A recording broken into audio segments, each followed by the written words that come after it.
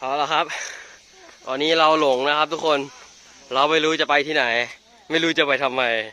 ไม่รู้จะอยู่ทำไมต่อด้วยใช่ครับทุกคนใช่เพื่อนกดกูชั่วไอ้เหี้ยเดินเขาไอ้สัตว์กูต้องลงเขาต่อเอ้ยปอกูจะทำลงคลิปติ๊กต็อกว่ะมึงคิดว่าเราควรทำคลิปยาวไหมหรือว่าเป็นคลิปสั้นๆ5 นาทีเอากูซี่แล้วใช่เพื่อนสอดคลิปได้เลย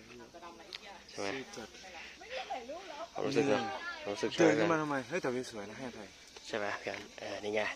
คนเขาจะได้รู้เราลำบากมาเพื่ออะไรนะเห็นป่ะทุกคนเขาจะได้รู้ว่าเราเดินจากข้างล่างนั่นขึ้นมาข้างบนมันมีอะไร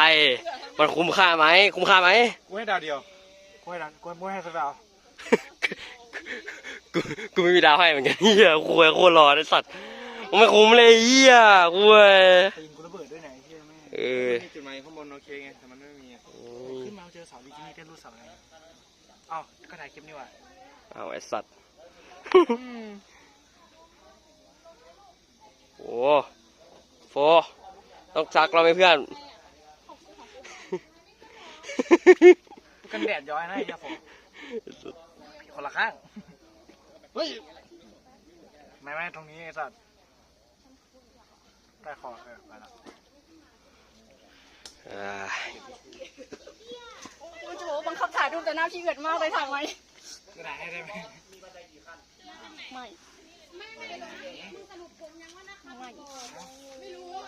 ให้โฟเพื่อนคลิปติ๊กต็อกมันให้ลงกี่นาทีวะสูงสุด